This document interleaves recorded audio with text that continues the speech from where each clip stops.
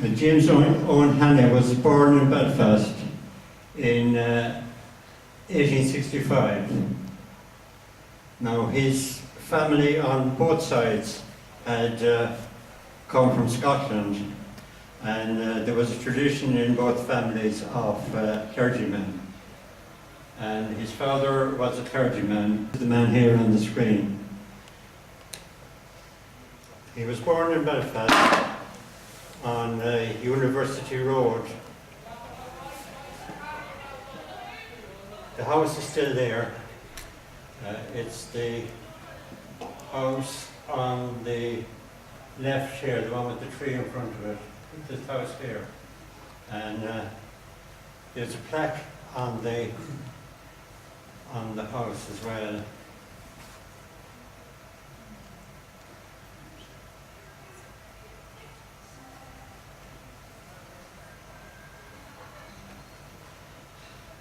Here again we have a picture of him at 2 years old.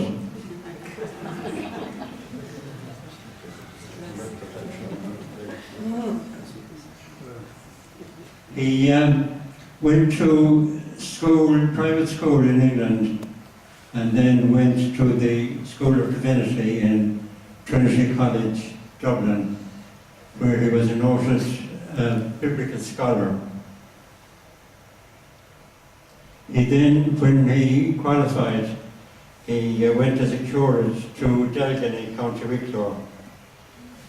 And shortly afterwards, he married Aiden Clarke, who was also the daughter of a clergyman who was later a bishop. And they lived for a couple of years in Delgan. And then he applied for the rectorship of Westport in 1892. He came to Westport. You'll all be familiar with Holy Trinity in Westport. And he lived in the old rectory, which is on the Newport Road.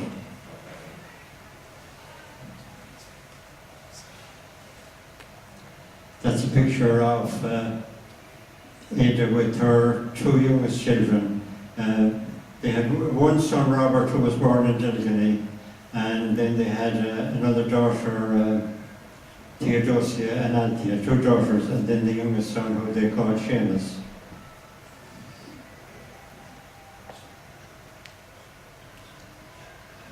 He started writing, he figured he might get on the stipend he was on, it wasn't too big, and he thought that by doing a bit of writing that he might get a few extra pounds. So he wrote a short story which he sent to an editor in England, and it was accepted. He got £10 for it. And then he wrote a novel, but the publisher, while accepting it, the publisher went out of business. So he decided to give up writing the novels, and he concentrated on his theological works. Now he was asked to give the Donnelly lectures in Trinity College in 1903. It was a big honour for a young clergyman to give those lectures, which he gave on the early church. And when he had those given, he published them in a volume, and then he published this book, which is The Wisdom of the Desert, which covers the desert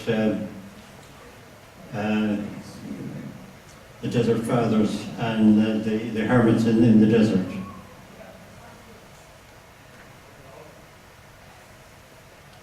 He had a whole lot. He wrote 61 novels and a whole lot of other books. These are some of them there. Starting in 1905. His most famous ones are perhaps his first two, The Seething Pot and Hyacinth, the Northern Ireland, which deals with the situation in the north around in 1907, and which had a lot of foresight in what was to come in the north.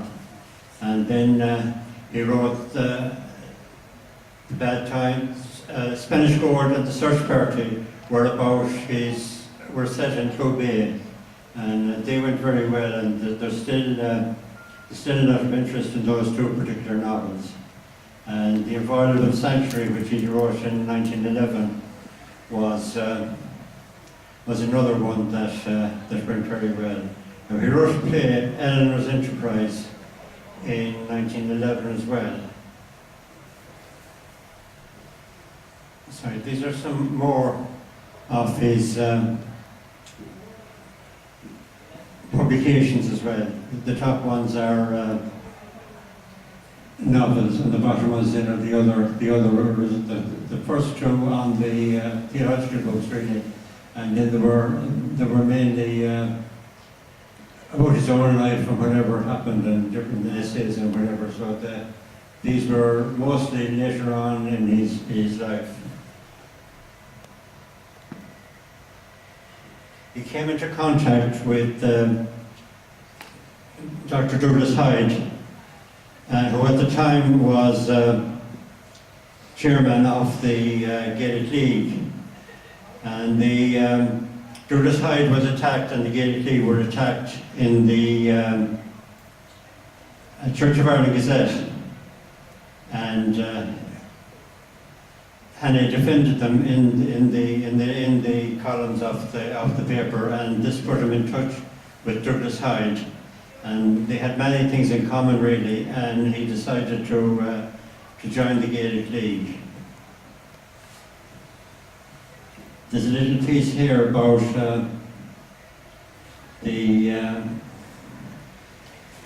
his introduction, shall we say, to nationalism and home rule when he came to Westport.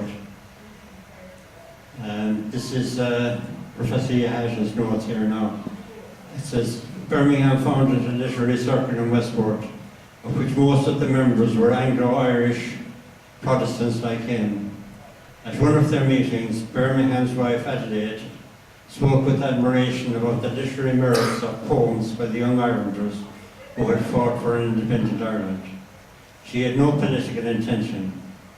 There happened to be a member present who was a yachting friend of Birmingham's and a supporter of the nationalist cause. Now, the man isn't mentioned either here or in pleasant places, but reading between the lines, I think it was William O'Brien. He praised Aida's speech vehemently, which caused a sense of resentment among the other members. Then Birmingham read a poem by James Clarence Mangan, expecting that its musical beauty would expel the sense of resentment, which had produced a counter effect, and the Anglo-Irish members felt something more than resentment towards Birmingham. This incident marked the beginning of Birmingham's connection with Irish nationalism. He embarked on studying Irish history and learning the Irish language.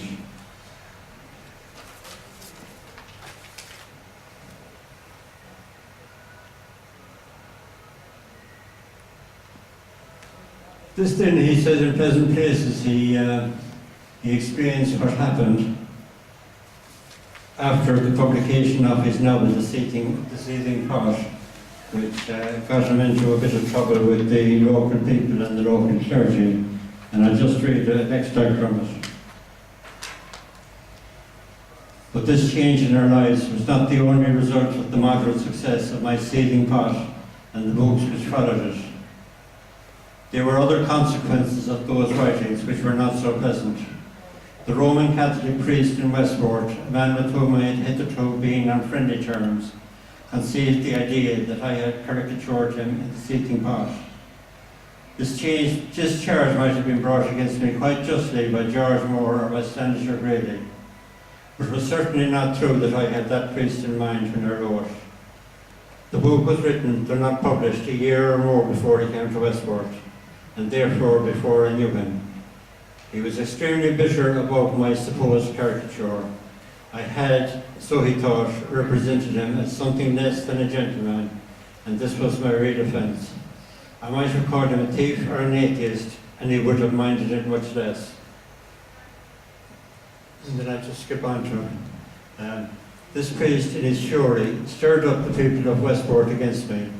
He used to write weekly articles in the local papers with such headings as "The author of the Seething Pot unveiled." The people convinced that they ought to rise in defence of their faith used to gather outside my house at night and boo at me. They burned me in effigy in the streets. They made an attempt, only moderately successful, to boycott me, all in hope of demonstrating to the uninterested world that this priest had the table manners of a gentleman. It was an amazingly silly business, although only mildly amusing at the time. Other priests, though not all, took up the cause of their insulted brother. They made things so unpleasant for us as they could on all public occasions. They refused to sit on committees, of which I was a member. They succeeded finally in driving me out of the Gaelic League, though I was at that time a member of the governing body. The charge made publicly against me was that I wrote immoral books. The booing crowd who heard the accusations had not, of course, read the books, nor had most of the priests who made the charge. This is a charitable hypothesis. But some members of the governing board of the Gaelic League had read them and knew perfectly well that there is not only nothing immoral, but scarcely a mention of sex in anything I ever wrote. Yet these men joined in the popular clamour.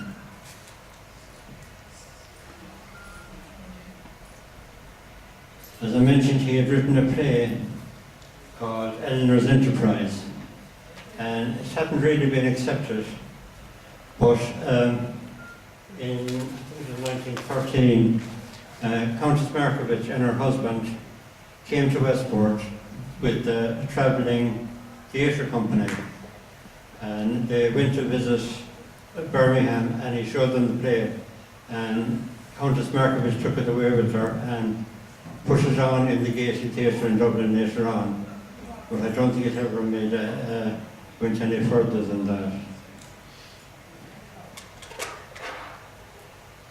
His most famous work was General John Regan, and that was put on in London, put on in the Apollo Theatre in London on the January the 9th, 1913, and it received great acclaim from both the audience and critics. Many British newspapers reported the production with such favourable comments as a really satisfactory three-act farce, a farce of so picturesque and good-natured a quality, extremely humorous, and a great joke. The play continued to attract a huge audience and ran until September the 9th of the same year. This play was put on in Westport in July 1977, and you might recognise some of the cast, a couple of people. It was produced by Anglican, and we have Mary Flanagan who was no longer with us, and I think everybody else is there. You can, I'm sure you will recognise a lot of the people in it. This man here was Dr. O'Grady, and you might recognise him as Martin Curry. He hasn't really got any older than he was in that.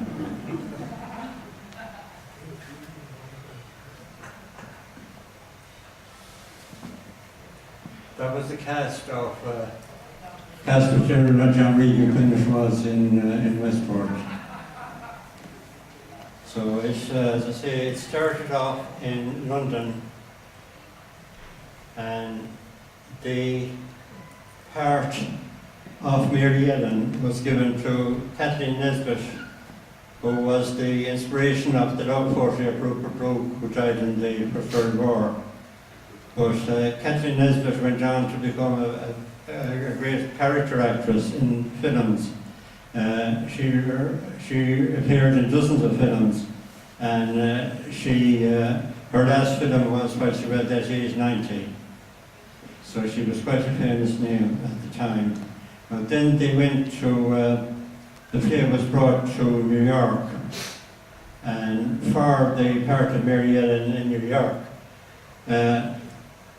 Molly Allgood, or Morla O'Neill, was selected to play Mary Ellen again. And Morla O'Neill was the original Peggy Mike in the Playboy, and was the fiancée of John Millington Singh. The General John Regan was eventually brought to Westport, by a travelling group, the Pain-Selling Group. And two English theatre companies went on tour in Ireland with productions of General John Regan. One of them, the W. Pain-Selling Company, gave its Irish premiere in Kensington in January the 26th, 1914. After touring in Galway and Kildare, he came to Westport on February the 4th. And the Irish Times gave an extensive coverage of the riot. As the production in Kildare met hostile reaction from the audience, a number of police officers were posted inside and outside the Westport Town Hall, where the play was to be produced. As soon as the curtain went up for the first act, 50 or 60 spectators began to groan, boo, whistle and stamp their feet so violently that it was impossible to hear what the players said. When the curtain was raised for the second act, the actor playing Father McCormick appeared. A mob rushed on the stage and made a violent attack on the actor, who was rendered senseless and his clothes were torn off. Police officers drew their batons and tried to clear the stage. The lights were turned off and the production was discontinued. The attackers, who were numbered 300 and 400 then, threw cheers and other missiles at the police officer. Although they managed to disperse the mob with other baton charges, the riot was renewed on the streets. The mob vandalized some property, yelled and booed at the players, who took refuge in their hotel, and threw stones to smash the windows. The riot continued until midnight, and 20 men were arrested. Now, the hotel the players were staying at was Joyce's Hotel. I don't know if it was this hotel or not, or where Joyce's Hotel was. But it's thought that the riot was basically an excuse for, it was a time of a lot of trouble, volunteers drilling and whatever, and relations with the police were not good. So I think some of the boys thought it was a chance to have a go at the police. 14 local men were arrested and brought to trial for breach of the peace, but they weren't convicted.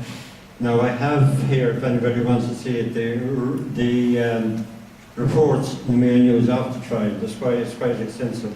So if anybody wants, when we're finished, if anybody wants to have a look at them, they're very welcome. There's also a very good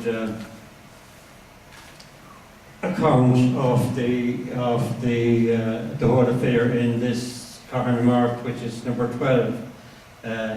It's by Peter Murray.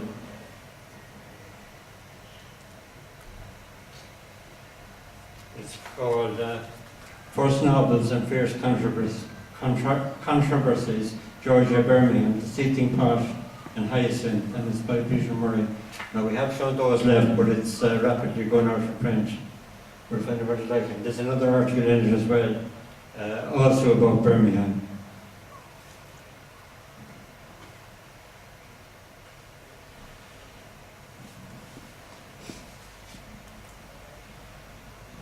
Now, Hannay and his family lived in Westport until 1914. He wasn't in Westport at the time of the riot. He was in Glasgow giving a lecture. But when shortly afterwards he decided that he wanted to spend some time on lecture tours, and as well as that, I think, with his own congregation here in Westport, because of when he was a supporter of Home Rule, and I think some of them he didn't find favour with some of his congregations, so perhaps he felt it was time to move on. So he went on a lecture tour of America following the success of General John Regan in America. By the way, General John Regan was made into 3 films, one a silent film in 1921, one in 1933, which was made in the north of Ireland, and one in 1938. But while he was in America, Theodore Roosevelt, who was a fan of his writings, contacted him and asked to meet him, and he met with Theodore Roosevelt, the former president of the United States.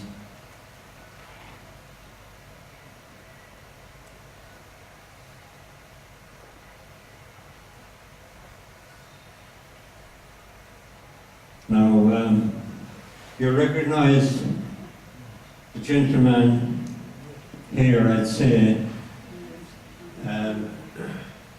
Desmond Llewellyn, who was a famous character actor, famous for his part in the James Bond films. And can anyone tell me what his connection with James Owen Hannay is? He married him. That's right, he married them, yeah. I happened to meet Desmond and his wife one day. They were having lunch in the Key Cottage, and they were celebrating their 40th anniversary. That was in 1999, and they said that they told me that they had been married by James Owen Hannay when he was in London. Now, after he came back from his lecture tour, he went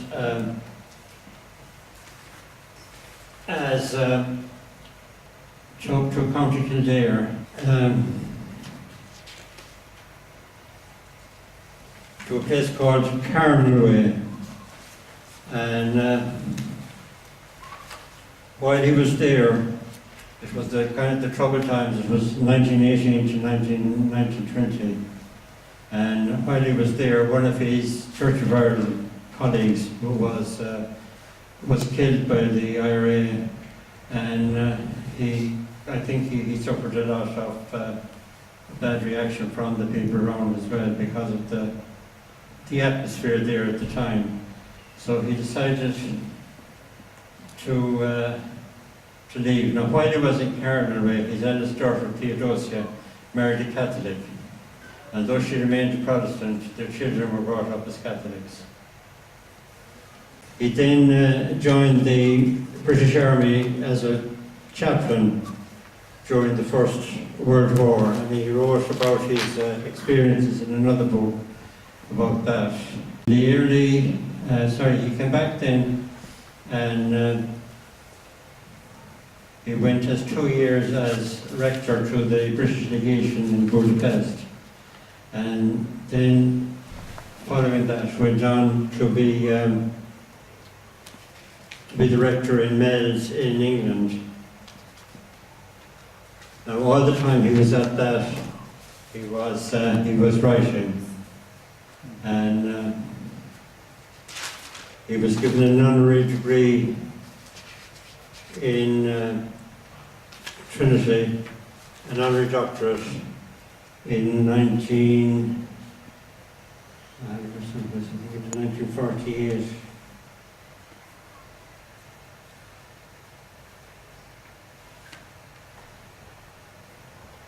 After leaving Wales, he went to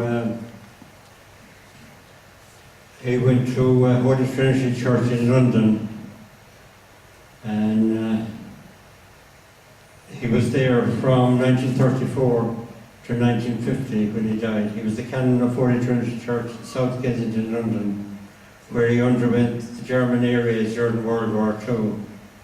Although such hardships, such as his involvement with Irish politics, World War I, his daughter Theodosia's marriage with a Catholic, and World War II, Birmingham might have come to hope more earnestly for reconciliation between every race, every creed, and every principle, because he was a devout and faithful Christian. And I think this is a theme of Professor Yahash's work, in that Hannay or Birmingham was a very sincere Christian, and that he tried to express in all his writings all he believed in. But there's just a piece here about his family. Birmingham had 4 children: a son Robert, then a daughter Theodosia, next a second daughter Althea, finally a second son Seamus. Robert, who became a reporter for the Irish Times, fought against Germany in the front line of the British Army and got wounded. Althea also accompanied the British Army and worked to serve food to the soldiers. It is probable that the war experience and the turmoil of Ireland deepened Birmingham's conflict regarding nationalism and unionism and made him a maverick. and served to develop his sense of humour at the same time. Birmingham's conflict regarding nationalism and unionism at that time is noticeable through the 2 letters he wrote to his acquaintances.